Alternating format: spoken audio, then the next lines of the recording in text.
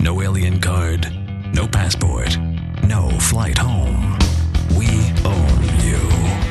The Midnight Runner.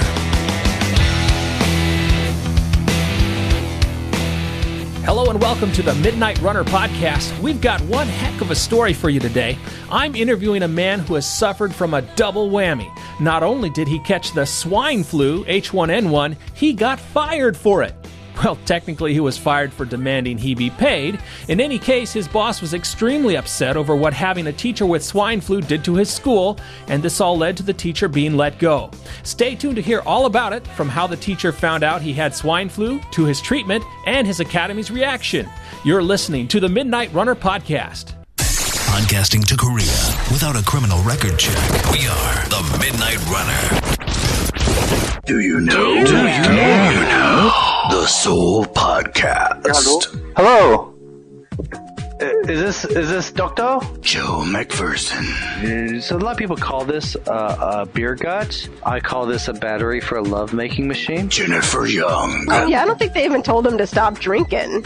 I think they were just like, don't burn down any more national monuments, dude. Stafford Lumsden. The number one top international crisis that no one really gives a shit about. And the great King Sejong. Damn straight. The Seoul Podcast. The international hub of podcasting. Hi, my name is Ray, and on yesterday my daughter called me because she was stressed out because of things that were going on her job that she felt were quite unfair. Being quite disturbed, she called for comfort, and I didn't really know what to tell her because we have to deal with so much mess in our society. So I was led to write this song just for her, to just give her some encouragement while dealing with stress and pressures on her job. And I figured I'd put it on the internet for all employees under stress to help you better deal with what you're going through on your job. Here's how the song goes. I'm about to whip somebody's ass. Oh, I'm about to whip somebody's ass. Oh, if you don't leave me alone, you're gonna have to send me home, 'cause I'm about to whip somebody's ass. Now, you might not be able to sing that out loud, but you can hum it to yourself, and you know what the words are, and let it give you some strength to get through the next few moments on your job. All right? Stay strong. Peace. More fun than a room salon on a company credit card. That's what she said. You're listening to the Midnight Runner. And welcome back to the Midnight Runner podcast. This is quite a story we have here, and we all, as teachers in South Korea, might have wondered if this kind of thing could happen to us. It has happened to a man named Mark. Mark is not his real name, and we aren't going to mention his hagwon, but Mark has been fired from his job for catching the swine flu, H1N1. Now, who can control whether or not they catch swine flu? Mark wasn't able to, and Mark got fired. First of all, Mark, I would like to ask you some questions. Why don't you just tell us a little bit about yourself, where you're from first, before we get going? Sure. Well, I'm a Canadian. I've been in Seoul since November 20th. I came here just on a one-year contract, just at a hagwon, like many English teachers. For 9 months, up until a few weeks ago, everything was fine. I was really happy with my employment. I never got sick, never called in sick. I got along with my coworkers. On several occasions, the principal of my school even told me that, I was his favorite foreign teacher, even the best foreign teacher he's ever had. So everything was going quite well with that regard up until all this started happening. Wow. Well, when did this happen? Was it recently? Yeah, well, it was actually just over 2 weeks ago. Actually, I was on vacation in Thailand, and then I came home. I arrived back in Korea on a Sunday, and I worked all that week up until about Wednesday night. Everything was fine, and about Wednesday night, I started getting some flu symptoms. I had the fever, the cough, all that kind of stuff. So the next morning, on Thursday morning, I called in sick to my hagwon, and I went to the English clinic in Itaewon and just to get it checked out because I wasn't feeling too hot. So, of course, when I got there, I had all the symptoms for swine flu or H1N1. So they sent me to the testing center in Yongsan at the government office. So I got to the testing center, and they right away they told me they suspected swine flu. So they gave me the test. They told me it would take about 48 hours to get the test results back. But they told me that because they suspected swine flu, that I should go home and stay home for at least 24 hours. So I did that. I went straight home and went to bed, and I had full intentions of calling in sick the next day on Friday. But before I had a chance to do that, at about 11 o'clock in the morning, because I don't start work until 2, at about 11 o'clock in the morning, the senior Korean teacher at my school called me and told me that he thought and the principal thought it would be best if I came into work that day. Wait a minute. Let's back up a little bit. I got a few questions for you, and then we'll get back into this. Do you have any idea how you caught the swine flu? You were in Thailand, obviously. Were you around some sick people, or did you see any possible way you could have caught it? No, and I'm not even 100% sure if that's where I got it, because I didn't start showing symptoms till about 4 or 5 days after I got home. So, but no, there was no indication that I was around anyone that had swine flu. I went there with one of my buddies, and we were pretty much with each other the whole time, and he was fine. He never got sick or anything. So I really have no idea if I picked it up as soon as I got back, but they say the period between when you catch it and when you start showing symptoms can be 4 or 5 days. So the timing would be perfect, but no one's really sure if I got it there or not. Wow. Well, what were your symptoms like? How would you compare them to the typical flu? It was definitely a little worse than a regular flu. I'm the kind of person I don't get sick very often. This is actually the first flu or cold or anything I've had in probably a year and a half or 2 years. But the distinguishing feature is the fever. For about 2 nights, I kind of had really bad fever, sweating, cold sweat, and there was just a really bad cough and just aches and pains and no energy, just kind of typical flu symptoms, but probably a little bit worse. What temperature were you at? Do you happen to know? I actually don't know that. When they tested me at the health center, they told me it was above average, but I'm not sure exactly what the number is. I see. Well, when you were at the hospital and they were testing you and everything, what was the treatment like? Did they treat you from the beginning as if you might have swine flu and put on the masks and everything, or what happened? Yeah, they were pretty panicked, actually. As soon as they showed up and they saw the letter from the clinic that I went to saying that, he wanted me to get swine flu testing, everyone put on the mask right away.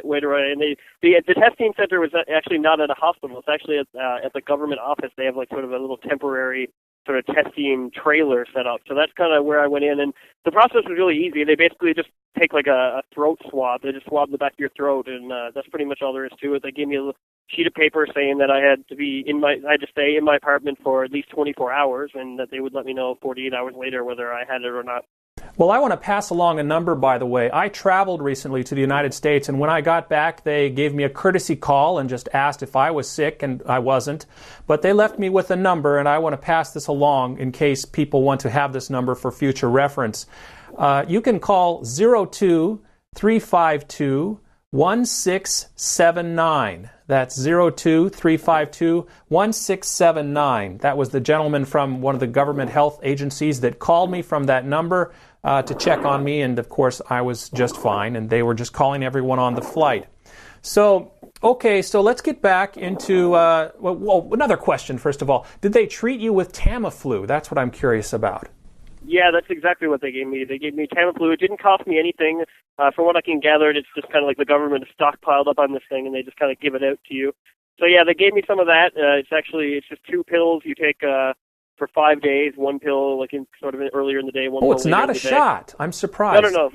No. It's just pills, and it seems to have worked, because as soon as I started taking those pills, the fever disappeared, and it kind of just became like a normal flu within 24 hours or so after taking that. So I don't know if it was just a coincidence or if that stuff really works, but I definitely started to see a major improvement after I started taking it. So you have positive feelings about the Tamiflu drug then?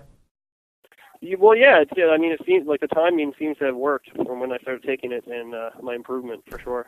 Okay, well, let's go back to what you were talking about earlier, and you said that you called in sick. At what point did they find out at work that you had swine flu? Okay, well, I actually called in sick on a Thursday, and then that's when I went and got tested. And then the next Friday morning, I started to feel a little bit better, and that's when they told me I should come back into work. So I did that. I came back into work on Friday, and I was feeling quite a bit better that day, so I wasn't too concerned. I started to think, maybe I don't have swine flu. So I worked all day that Friday, and then it was the next day, Saturday afternoon, and I actually got a call from the health center saying that I had tested positive. And when I had been tested, I had to write down like the phone number for my workplace. So that's when I guess they called the Hagwon, and that's when everything started happening. Now the Hagwon basically told you to come into work, That's and right. wanted you to work against your wishes. I assume you probably would have rather stayed home, right? Yeah, well, I was actually going to call in sick, but then once they called me, they were kind of like, we think you should come in. They kind of gave me the impression that they, didn't think I had swine flu and that. And also, right now we're a little short-staffed at the school, so I guess they kind of needed me to come in and work. So I didn't really think anything of it at the time, because honestly, at that point, I was like, I can't get swine flu, that can't happen to me. So I was just kind of expecting to get like the phone call saying that I tested negative. So I didn't really think much of it until the next day, and they told me that I'd actually been positive. So then what happened? I mean, you've been at work for a few days. So That's right. So they called the school, and I was in contact with the senior Korean teacher at my school, and he kind of said, like, this is a really big problem. It's possible we may have to shut down the school and things like that. So he kind of just like went and dealt with that. And I actually, for the longest time, I wasn't really sure what was going on until they called me like a little while later and told me that the health authorities were making them shut down the school for a few days, and that they were going to have to test all the teachers and see what happened. And at that point, when they told me that I had swine flu, they told me that I had to stay home, quarantine in my apartment until either my symptoms disappeared or my medication disappeared. And then they told me that I would have to contact the health authorities and see what the next step was. So you never had to go anywhere other than your home for quarantine? That's right. From Saturday when I found out, I went until 5 days later. I was in my apartment. Well, did anyone else at your school come down with symptoms after that? No, they tested all the teachers. Everyone came back negative. They called all the students' parents at the school and asked if any of the students started feeling flu symptoms, they should go get tested. And a few of the kids actually did have symptoms, but everyone got tested, and nobody that I'm aware of came back as being negative. Or came back as being positive. Sorry. Now, because of all this, have you been blamed for this in some way? Well, the thing is, nobody's really come out and said, it's your fault. But that's definitely the impression I get a little bit. Like a few times they told me, things like, well, the school is because the school has suffered big losses because of you, and things like that. Even though when I say, so are you saying it's my fault, or are you blaming me for this? They'll come back and say no. But the impression I get is that they sort of, think that me going, me coming in and having swine flu is the reason now why some students are quitting the school and things. Now, how many students quit? They told me about 12 or 13. Like, I know as soon as they started calling the parents and telling them that their kids should get tested, I know that maybe 2 or 3 students quit during that process. And then about a week later, when they told the parents that they were considering having me come back to the school, I think they told me then that 10 students quit. Now, I don't know if this is true or not, but that's what I've been told. Well, so they've basically been, in a way, they've kind of shot themselves in the foot again. Well, number one, they wanted you to work when you were sick, which is a pretty typical reaction in Korea, honestly. Number two, then they started calling people, and you were going to come back to work within a week, which technically, after you're out of the period where you can give other people sickness, then you're okay. But kind of everybody quit, it sounds like, after they said you were coming right back to work right away. Yeah, that's right. And that's when the school started to get really concerned, I guess, and they started to think, like, maybe we shouldn't get him to come back because it could cause the school more problems. So I think that's when they started considering firing me. So they considered firing. Did they actually fire you? Yeah, well, what happened was, first, obviously I had to take a week off and stay home because I was quarantined. That was okay. But as far as I was understood at that point, I had to go back. I was going to be going back to work the following Monday. But then that Saturday, before I thought I was going back to work, they called me and told me that I should take another week off. That's what they said. So I was kind of like, okay. So I agreed, but at that point I kind of assumed I'd be getting paid because actually that previous Friday I had been cleared by the doctor to go back in public and go back to teach. But the school still wanted me to stay away for a week just to kind of let the parents sort of calm down. And I understood that, but I thought I would be getting paid. So I called them back the following Monday, the school, and asked them, if I would be getting paid, and that I wanted to be paid because it was their choice to keep me away from work. And, the doctor cleared me, and that's when they threatened that they would fire me if I made that demand. If you just wanted to be paid for the time, and that's when they threatened to fire you. Yeah, they threatened to fire me, and then I told them that I would, go check what my rights were and make a decision whether or not I was going to still demand to be paid. And I told them I would call them back the next day, but then before the next day came, following that night, they called me and told me that I was fired. Really? So, yeah. Are you planning to take any legal action or anything like that? Well, I've actually called the labor board and things, and there actually doesn't seem to be a whole lot I can do. Because my biggest concern now is I kind of just want my severance pay and my flight paid for. I understand that they don't want me to go back to the school just because, if it's going to cause more students to quit. I can understand that. But, so I sort of demanded that they give me my severance and flight, but they said that they're not obligated to do that. And so I checked with the labor board, and apparently that's true. Apparently, if you break your contract, if you leave before your contract is up for any reason, whether it's unfair dismissal or not, they're still not required to give you your severance pay or flight. That's what I've been told. Well, yeah, I was going to say it sounded a little strange to me because you just came. Well, wait a minute. You said November? I guess you've been here a little while. That's right. You've been here more than 6 months then? Yeah. I've been here 9 months. I was supposed to finish in 3 months. I see. Yeah, from a personal standpoint, I can't see you getting the severance this early. But the flight, I don't know about that. If you stuck around and they fired you and you didn't want to leave, then I would have to think. I guess they would have to pay for the flight because they're responsible for you here. But if the labor board said otherwise. Yeah. Well, I asked about the flight too, and the school's offer for my flight was to take, because I worked 9 days this month before everything started happening. And the school's offer was to take my pay from those 9 days and then pay for my flight. But I mean, really, when you look at it, that's really just a roundabout way of making me pay for my flight, really. Yeah, that's... So, but apparently the labor board said that there's really nothing, that they're not required to pay for my flight either. The only action I can take, apparently, is because they didn't give me 30 days notice when they fired me, apparently I can file a complaint and they can still be required to pay me for a month. That's right. Yeah, so you might still end up okay out of this, but it might take a while to get a judgment and even longer to get money, right? Yeah. Well, they said that process could take about 30 days. So I could stay in the country for a month. I mean, that would be okay because it would just be like a month's pay. But I mean, it's still troubling just being fired, having to go home early, and not getting my severance and things like that. And there are always issues with once the labor board decides something, that doesn't necessarily mean the boss will just up and pay. Sometimes they take their sweet time about it. Yeah, exactly. And there's no guarantee at this point that the process is even going to work in my favor. That they're even going to judge that I wasn't unfairly dismissed. Yeah, it might be if you can get an immediate payment. I think it might be good to mediate something in between, but that's just an opinion on my part.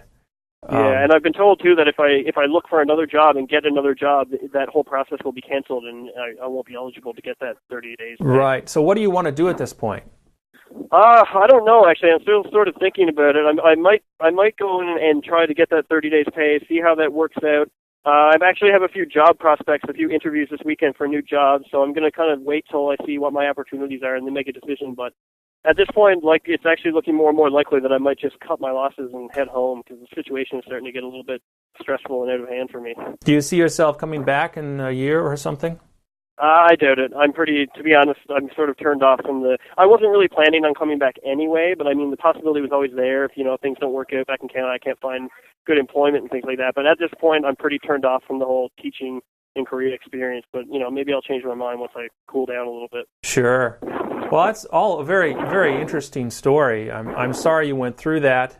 I've had my bumps along the way in Korea, but yours are obviously something new and quite scary. Tell us more about having the swine flu. We hear about people getting sick, and that's what we hear, and then we hear of some people dying. You said it was harsh fever for a couple days. Anything else? That's pretty much it. It's sort of like a bad flu. I was really congested, bad cough, bad fever. But I mean, once I started taking the medication, after a day or two, it just kind of went to a normal cold. You know what I mean? Like nose, ear, throat? From what I can gather, it's only really, really harmful if you already have a pre-existing condition or if you're older or sick or something like that. I think for the regular person, it's just kind of a really bad flu. And if we didn't know that there was such a thing as swine flu, you'd probably just shrug it off and keep moving on. You know what I mean? So you'd call yourself a very healthy person, athletic, or what? How would you say? Yeah, I'd say I'm like average. I don't get sick a whole lot, but it's just a bad flu, really. I can't, maybe, for different people it's a different experience, but I can't help but think that the whole thing is sort of like blown out of proportion a little bit, just from my perspective. Well, the concern people have is that this thing can mutate, possibly by the fall or winter. That's what happened back with the Spanish influenza during World War I. It hit, people kind of got sick like this, not a lot of big issues, some people died. But then the thing came back and mutated and killed, 20 to 30 million people around the world, which is just a massive number. And that's concern, that mutation that could take place. But you know what? I kind of wonder if, since you've had this already, maybe you might be partially immune to that, so maybe you can count yourself lucky. Yeah, I've definitely thought about that. At least, I paid my dues now. I've got it over with. But, I just wish I didn't lose my job because of it. So. But I guess that's the positive way of looking at it. Mm-hmm. So, dollar figure, how much money, if you left today, how much money would you be out? A nice bit. Well, if you get my severance pay, that's about 2 million won. The flight to where I live is about maybe just under 2 million won, and then 3 months pay, that's another 6. So you're looking at 6, 7, 8. 9, about close to probably 10 million won. Were you paid for the time? Did you receive a check for the time prior? Well, I still have yet to be paid for the 2 weeks that I worked before I got the swine flu, but I wouldn't be paid for that until next week anyway. So. Are you told to totally stay away from the school at this point? Yeah, I am. I've been told not to come in the school at all. Wow, interesting. Well, this is a hagwon once again, and it's a fairly well-known chain, and we're not going to mention the name of it because being legal ramifications as they are in Korea with some slightly different laws, if you cause someone damage to their business, you can be sued for that. And even if they are in the wrong, it doesn't matter what it is. So we're not going to say the name of it. Anyway, wow, that's really quite the story. We wish you the best of luck. And we hope you can find a good future. Do you hope to get back into teaching once you go back to Canada? I'm not counting on it. I'm going home now. I have a few options that I'm looking at, but not right now. No. Great. Well, Mark, thank you very much for joining us and talking about this today. Anything you'd like to say before you leave this country? Just before you sign a contract, just make sure you know exactly what could, it's sometimes working in a foreign country, everything is fine until something goes wrong, so just make sure you're prepared just in case something goes wrong, and it can happen, I didn't ever dream that something like this could happen to me, so just make sure you know, what sort of support is there for you in case something does go wrong so that you can be prepared, and, if you're counting on money that, you might not get if you get sick or something like that, then that's something that you should definitely be prepared for. Well, thank you very much, Mark. We hope you do well. Have a great day.